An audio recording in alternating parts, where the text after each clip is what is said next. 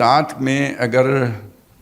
مستقلاً کوئی ایک حکم کی بھی نافرمانی اختیار کر لی جائے، یہ ساری اطاعت صفر سے ضرب کھا سکتی ہے۔ بلا من کسب سیئۃً، کیوں نہیں، جس نے ایک بھی برائی کی، وَأَحَاطَتْ بِهِ خَطِیَّتُهُ، اور اس برائی نے اس کو گھیر لیا آخرت میں،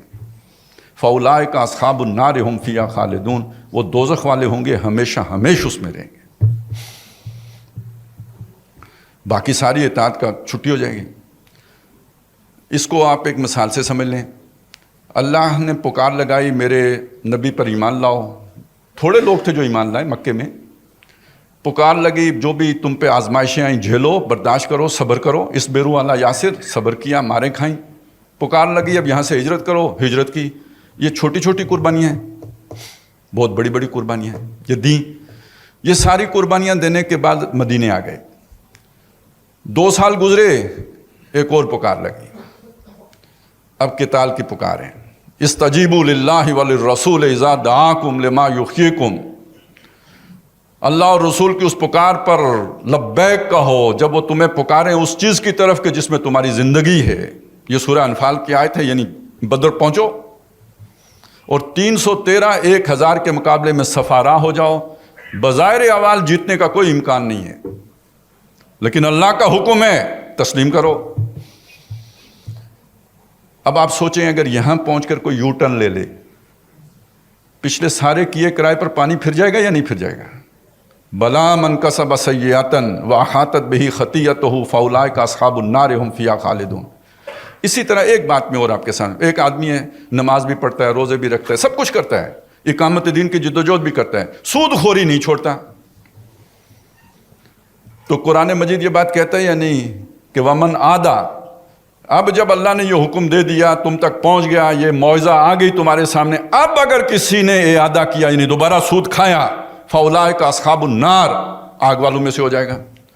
10 دن 100 دن نہ، ہم فیہا خالدون، ہمیشہ رہے گا اس میں۔ تو اب وہ چونکہ ہمارا ایک تصور ہے، ایک فقہ کے ساتھ یہ بات جو ایک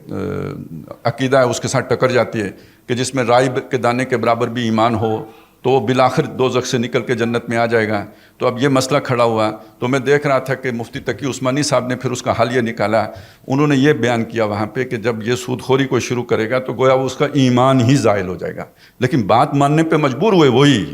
جو میں آپ کے سامنے رکھ رہا ہوں، اس سے چھوڑیے ایمان زائل ہوا یا نہیں ہوا، نتیجہ وہی نکلا۔ تو یہ ہے حقیقت اس اسلام کی، ادخلوا فی السلم کافہ کی۔ بلکہ ایک اور مثال میں آپ کے سامنے رکھوں، ہم سے پہلے ایک امت گزری ہے، اس کی برائیاں بیان کر کے اللہ تعالیٰ نے لذت نہیں لی ہے بلکہ ہمیں سبق سکھائے۔ اگر قرآن مجید میں بنی اسرائیل کی شرارتوں کا ذکر ہے تو محض شرارتوں کے بیان کے طور پر نہیں ہے، اس لیے ہے کہ میں اور آپ وہ کام نہ کریں جو انہوں نے کیا ہے، اس لیے وہ مثالیں عبرت کے طور پر پیش کی ہیں۔ تو ایک مثال ان کی یہ بھی دی ہے کہ وہ یہ کام کرتے تھے کہ جب کسی قوم پر غصہ آتا ان کو گھروں سے نکال دیتے، اللہ نے حکم دیا تھا کسی کو گھر سے نہ نکالنا، وہ نکال دیتے تھے۔ بعد میں پتہ چلتا کہ کسی نے انہیں قید کر لیا ہے، غلام بنا لیا ہے، تو چونکہ اللہ کا یہ بھی حکم تھا کہ بنی اسرائیلی کوئی غلام ہو تو اس کو آزاد کراؤ، تو اب یہ چندہ کر کے پیسے اکٹھے کر کے پہنچ جاتے تھے اسے آزاد کرانے کے لیے بھی۔ تو اس پر اللہ تعالیٰ نے کمنٹ کیا، فَتُؤْمِنُونَ بِبَعْضِ الْكِتَابِ وَتَكْفُرُونَ بِبَعْضٍ، کیا تم کتاب کے ایک حصے کو مانتے ہو اور دوسرے کو نہیں مانتے؟ ایک حکم کے تابع ہو اور دوسرے حکم کی نافرمانی کرتے ہو۔ ساتھ بتا دیا اگر کوئی یہ کام کرے کہ اللہ کے کچھ احکامات پر عمل کرے اور کچھ پر عمل نہ کرے، نمازیں تو پڑھے جھوٹ نہ چھوڑے، یا جھوٹ چھوڑ دے رشوت لیتا رہے، یا اور کوئی بے ایمانیاں کرتا رہے، افتؤمنون ببعض الکتاب وتکفرون ببعض فما جزاء من يفعل ذلك منكم الا خزي في الحیات الدنیا ویوم القیامة یردون الی اشد العذاب۔ تو اس کی کیا سزا ہے سوائے اس کے کہ دنیا کی زندگی میں اسے ذلیل کیا جائے اور آخرت میں اسے سب سے زیادہ شدید عذاب میں ڈالا جائے۔ آپ کو معلوم ہونا چاہیے کہ سب سے شدید عذاب منافقین پر ہوگا، ان المنافقین فی الدرک الاسفل من النار۔ اور جب قرآن نے کہا کہ جن لوگوں نے کچھ احکام مانے اور کچھ نہیں مانے وہ سب سے شدید عذاب میں ہوں گے، تو در حقیقت قرآن کہہ رہا ہے وہ منافقین ہیں۔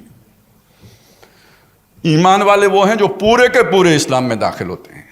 اور یہ جو آدھا تیتر آدھا بٹیر ہیں، یہ نفاق کی علامت ہے۔ وَمِنَ النَّاسِ مَن يَعْبُدُ اللَّهَ عَلَىٰ حَرْفٍ، لوگوں میں وہ بھی ہیں جو اللہ کی عبادت تو کرتے ہیں لیکن کنارے کنارے ہو کر کرتے ہیں، مشکل احکامات سے منہ موڑ لیتے ہیں، یو ٹرن لے لیتے ہیں، جہاں زیادہ جو ہے چبن ہو، اور جو آسان لگتے ہیں، جس میں کوئی کمفرٹ میں رہتے ہیں، ان پر عمل کر کے اللہ کو بھی خوش کرنے کی کوشش کرتے ہیں۔ یہ ہیں وہ لوگ کہ جن کے بارے میں قرآن کہتا ہے دنیا خسرت دنیا والآخرہ، ان کی دنیا بھی برباد ہے اور آخرت بھی برباد ہے۔